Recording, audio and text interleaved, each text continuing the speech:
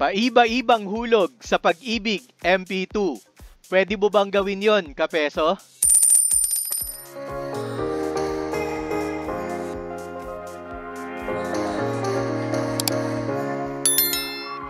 Ito ang dividend rate na idineclare ng Pag-ibig sa kanilang MP2 sa huling 5 taon.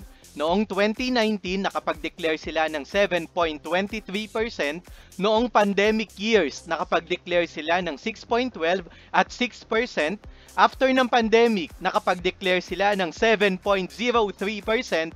At ang pinakahuli noong Feb 27, 2024, nakapag-declare naman sila ng 7.05%. Ang average ng 5 taon na ito ang gagamitin natin sa ating computation ng dividend sa ating sample ngayon na gagawin natin. Kukunin natin ang total nito at i-divide naman natin sa loob ng 5 taon. Ang gagamitin natin na dividend rate sa ating computation ay 6.69%. Ito ang gagamitin natin pansamantala sa ating computation. Kung mas mataas dito, mas ginagaling tayo kasi mas malaki ang tatanggapin natin na dividend. Kitang-kita nyo naman mga kapeso, noong 2022 at 2023, mas mataas sa 6.69% ang idineclare nila dito sa gagamitin natin. So mas malaki pa ang kikitain mo ngayon sa MP2 mo.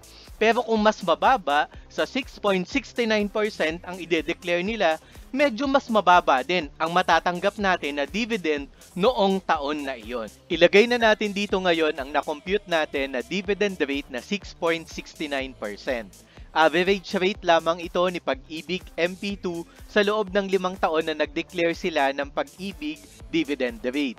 Mas mataas dito, mas pabor sa atin. Pero minsan, kung mas mababa naman dito, okay lang din yan, kapeso.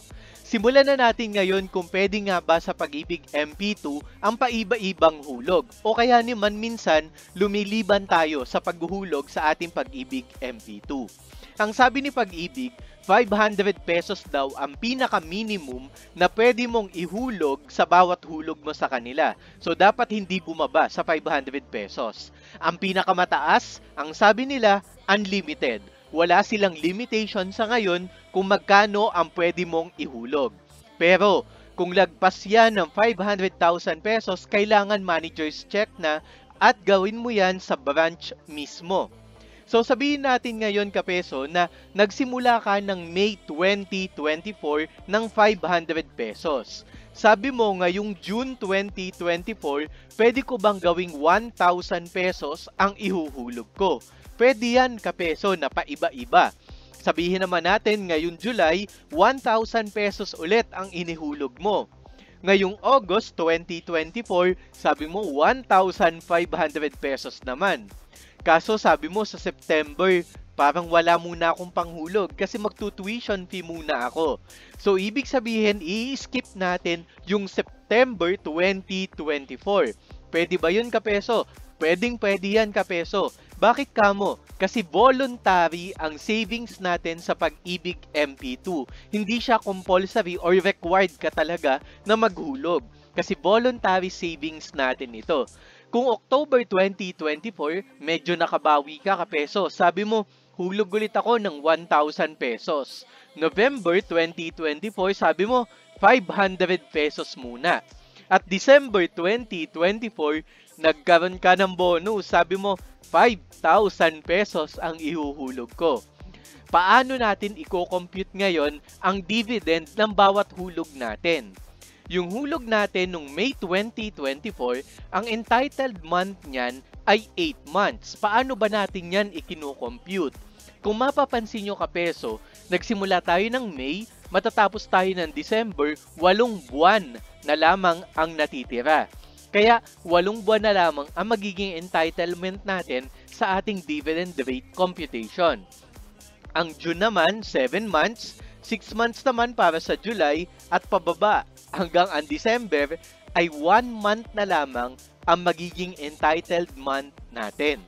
Paano natin ngayon i-compute ang dividend income natin? Noong May 2024, yung hinulog natin na 500 pesos times yung dividend rate na 6.69% times 8 months Divide natin yan ngayon sa 12 months or 12 months in a year. Ang dividend ng 500 pesos natin ay 22 pesos. Ang magiging total money natin ngayon, yung 500 na hinulog natin plus yung dividend income, 522 pesos. Yung sumunod naman na buwan na 1,000 pesos na hinulog natin, 7 months naman ang entitled month yan. Kaya ang dividend income na makukuha mo ay 39 pesos naman. Ia-add natin dun sa hinulog mo. Sabi natin kapeso, bakit ganun nagiging simple interest method? Akala ko ba compounding method ang gagamitin natin? Sa Pag-ibig MP2 kasi mga kapeso, ang gamit ng Pag-ibig ay parang hybrid computation. Yung una nating hulog, simple interest method muna. Tapos, pagkatapos ng taon na yun, o sabihin natin 2024, ia-add lahat ng dividend income natin, plus lahat ng naihulog natin, or 10,686 pesos, yan ngayon ang magiging subject sa compounding interest sa susunod na taon, or sa 2025. Kaya kung mapapansin mo dito, 10,686 times 12 months, divide 12 months yan, kapeso. Ang dividend income mo ngayon, kung dati 186 lang, ngayon 714 pesos na. Yan ang power ng compounding, kapeso. Sabihin natin ngayon, kapeso, taong 2025, maganda ang takbo ng income mo. Sabi mo, consistently, maghuhulog ako ng 1,500 pesos. Pwede ko bang gawin yon na maghuhulog ako ng 1,500 pesos? Pwedeng-pwede, kapeso. Siyempre, paiba-iba ulit ang entitled months ng bawat hulog natin. At dividend rate natin ay 6.69% pa rin or average rate. Pero, kapeso paiba-iba ang dividend rate. Hindi palaging 6.69%. So, ngayon, ang nahulog mo ay 18,000. 1,367 ang total dividend niyan. Kaya ang total money mo na naka-add yung last year ay 30,053. Yan naman yung magiging subject sa dividend payment sa susunod na taon ng 2026. Kaya yung 1,367 mo, magiging 2,010 naman ang dividend. Sabihin natin kapeso, year 2026, nagkaroon ka ng malaking pera. Hindi natin alam kung saan manggagaling. Pwedeng may naibenta ka na property o kaya naman biglaan talaga na nagkaroon ka ng income. Pwede bang biglaan maghulog ka ng 50,000 pesos? Pwedeng-pwede yan, kapeso. Pwedeng-pwede mong gawin yan. 50,000 pesos agad ang ihuhulog mo ng 2026. Sabi mo, since nakapagbigla ka naman ng hulog ng 50,000 pesos, pwede bang buong 2026 hindi muna ako maghulog? Pwedeng-pwede rin yan, kapeso. Choice mo kasi yan. Kasi nga, voluntary ang paghuhulog natin sa Pag-ibig MP2. Ang total na nahulog mo ng 2026 ay 50,000. Ang entitlement niyan sa dividend ay 3,345 pesos, kapeso. Kaya ang kabuuan sa katapusan ng 2026, ang pera mo na ay 85,409 na kapeso. Magiging subject ulit yan sa compounding interest, kapeso. Kaya kikita ka ng 5,713 pesos sa pera mo. Sabihin natin, 2027. Sabi mo, consistently maghuhulog ka ng 2,000 pesos. Buong 2027. Pero sabi mo, doblehin ko yan ng December kasi may bonus ako Gawin pong 4,000 pesos. Pwedeng-pwede yan, kapeso.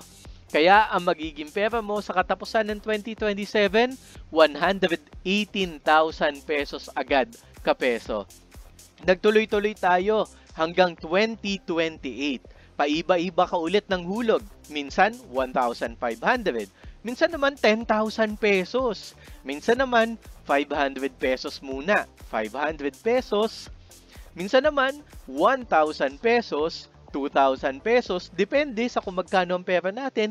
Minsan, 5,000 pesos. Nag-i-skip ka ng buwan hanggang sa dumating in December, naghintay ka ng bonus, naghulog ka ulit ng 10,000 pesos noong 2028. Total na nahulog mo, 30,500 pesos. Ngayon, ang kabuuang pera mo, 157,511. Andito ka na ngayon kapeso sa last year ng paghuhulog mo sa MP2. January hanggang April 2029 ka na lang maghuhulog kapeso. Kasi May 2029, pwede mo nang i-withdraw ang iyong MP2 savings. Sabihin natin na medyo humahabol ka. Sabi mo, maghuhulog ako ng 10,000 kada buwan. Pwede ko bang gawin yon? Oo naman kapeso, pero medyo maliit na ang dividends niya na kasi 4 months na lamang ang natitira. Bakit ganun? Bakit naging 4 months? Di ba kapag January, 12 months ang entitlement? Kasi kukunin na natin ng May 2029 yung savings natin. Kaya ngayon, ang bilang na lang hanggang May ay 4 na buwan. Ito ngayon ang magiging computation natin, kapeso. Kaya, ang total na nahulog mo sa paunti-unti, minsan wala, minsan maliit, minsan malaki, 175,000 pesos, kapeso. Ang total na dividend income mo, 26,581 pesos, kapeso. At ang total na makukuha mo, 201,581 pesos. Ano kapeso? Baka may gusto kong ipa-compute. Subukan natin kung ano ang gusto mong strategy. Baka mamaya mas kikita ka sa gusto mo na strategy. Simulan na natin yan ngayon, kapeso.